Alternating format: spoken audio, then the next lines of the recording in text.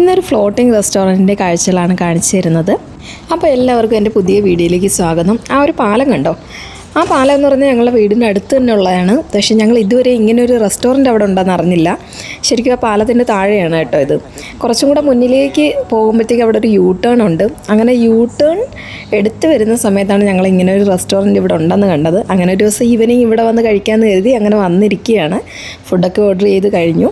കുറച്ച് നേരം നമ്മൾ അവിടെ ഇരുന്നുണ്ടോ. ഈവനിങ് ടൈം വന്നപ്പോഴത്തേക്കും എൻ്റെ ആളുകളൊക്കെ ചൂണ്ടയിടാൻ തുടങ്ങി. ഒരുപാട് മീനൊക്കെ ഉണ്ട് കേട്ടോ. അവിടെ കിടന്ന് ചാടിയൊക്കെ ചെയ്യുന്നുണ്ട് മീനൊക്കെ. അങ്ങനെ ഞങ്ങൾ ഫുഡൊക്കെ ഓർഡർ ചെയ്താൽ ഫസ്റ്റ് തന്നെ സാലഡൊക്കെ വന്നിട്ടുണ്ട്. നമ്മുടെ വഴുതനയൊക്കെ പച്ചയ്ക്ക് വെച്ചിരിക്കുകയാണ് കേട്ടോ. അങ്ങനെ ദണ്ട ചോറും കൊണ്ടുവന്നിട്ടുണ്ട്. റൈസിൻ്റെ പ്രസൻറ്റേഷനൊക്കെ അടിപൊളിയാണ് കേട്ടോ. നല്ലൊരു ആ പാത്രമൊക്കെ നല്ല ഭംഗിയുണ്ട് കാണാൻ.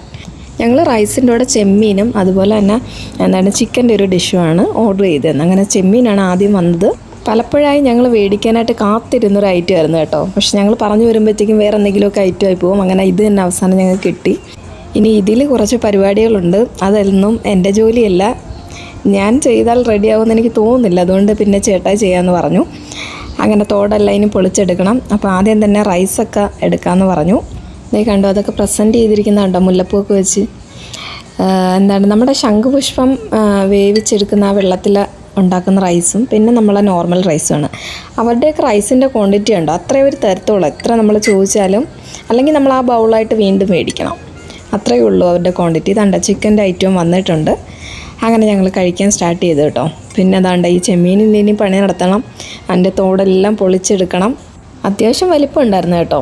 അപ്പോൾ ഞാൻ ആദ്യമായിട്ടാണിത് ഇങ്ങനെ ഒരു ചെമ്മീൻ ചുട്ടത് കഴിക്കുന്നത്. അങ്ങനെ പാവം എൻ്റെ ചേട്ടാ ഇരുന്നതെല്ലാം പൊളിച്ചടിക്കുകയാണ്. ഞാനതെല്ലാം കണ്ടിങ്ങനെ ഇരിക്കുകയാണ്. കുറച്ച് നേരത്തെ പരിശ്രമത്തിന് ശേഷം അതൊക്കെ പൊളിച്ചടിക്കുക ആൾ. വളരെ പ്രതീക്ഷയോടെ ഞാനിങ്ങനെ നോക്കിയിരിക്കുകയായിരുന്നു കേട്ടോ. ഇനിയത് കഴിക്കുന്ന ചടങ്ങാണ്. തന്നിരിക്കുന്ന ആ ചട്നിയിലൊക്കെ ഒന്ന് മുക്കി കഴിക്കുകയാണ്. അപ്പം ആദ്യത്തെ ആ മുഖത്തിൻ്റെ എക്സ്പ്രഷൻ കണ്ടപ്പോൾ ഞാൻ വിചാരിച്ചു ഈശ്വര ഇത് കഴിക്കാൻ പറ്റത്തില്ലെന്ന് ഞാൻ കരുതി. പക്ഷേ ഒന്നും കൂടെ ഞാൻ ചോദിച്ചു എങ്ങനെ ഉണ്ടെന്ന്. അപ്പോൾ കുഴപ്പമില്ല കഴിക്കാമെന്ന് പറഞ്ഞു. ഇനി എത്ര കൊള്ളത്തിലെങ്കിലും നമ്മൾ കഴിച്ചല്ലേ പറ്റത്തുള്ളൂ. അങ്ങനെ ഞാനും പരിശ്രമമൊക്കെ തുടങ്ങി കേട്ടോ. ഞാൻ പൊളിക്കാൻ നോക്കിയിട്ടൊന്നും നടക്കുന്നില്ലായിരുന്നത്. ഞാനങ്ങനെ ഒരറ്റത്തുനിന്ന് തുടങ്ങിയിട്ടുണ്ടെങ്കിലും ബാക്കി ഭാഗമൊന്നും പറ്റിയില്ല. തലഭാഗം മാത്രമേ പറ്റുന്നുള്ളായിരുന്നു. അങ്ങനെ ചേട്ടാ എൻ്റെ അടുത്ത് പറഞ്ഞു മസിലൊക്കെ പിടിച്ച് ചെയ്യാൻ. അങ്ങനെ ഞാൻ മസിലൊക്കെ പിടിച്ച് ചെയ്യുകയാണ് കേട്ടോ. പക്ഷേ ഒരു പ്രയോജനം ഇല്ലായിരുന്നു. ഞാനത് ചേട്ടായിക്ക് കൊടുത്തിട്ട് ചേട്ടായി ഇളക്കി വെച്ചിരുന്നു. ഞാനും എടുത്തു. ഫസ്റ്റ് ടൈം കഴിക്കുമ്പോൾ നമുക്ക് വല്ലാത്തൊരു ടേസ്റ്റാണ്. സോസിൻ്റെ ആകാം. പക്ഷെ കഴിച്ച് വരുമ്പോഴത്തേക്കും ഓക്കെ റെഡിയായി വരും. പിന്നെ എത്ര ടേസ്റ്റിന് പ്രശ്നം ഉണ്ടെന്ന് പറഞ്ഞാലും മേടിച്ച സാധനങ്ങളെല്ലാം കഴിച്ച് തീർത്തിട്ട് ഞങ്ങൾ പോത്തോളൂ തിരിച്ച്.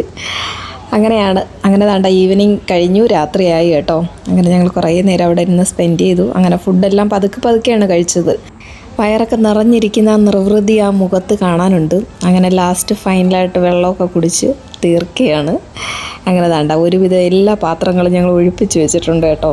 ആ സോസുകൾ മാത്രമേ ഉള്ളൂ നമ്മൾ അധികം ഉപയോഗിക്കാത്ത. അങ്ങനെ ഞാൻ ഫുഡൊക്കെ അടിച്ച് വയറൊക്കെ നിറഞ്ഞ് നടക്കാൻ വയ്യാതെ നടന്നു പോവുകയാണ് കേട്ടോ. നല്ലൊരു ഈവനിങ് ആയിരുന്നു. അപ്പം ശരിക്കും മിസ് ചെയ്തു പോകുന്നൊരു സ്ഥലമായിരുന്നു കേട്ടോ. കണ്ടുപിടിച്ചില്ലായിരുന്നെങ്കിൽ എന്തായാലും അത് കണ്ടു. കുറച്ച് അപ്പുറത്തായിരുന്നു വണ്ടിയൊക്കെ പാർക്ക് ചെയ്തിരുന്നത്.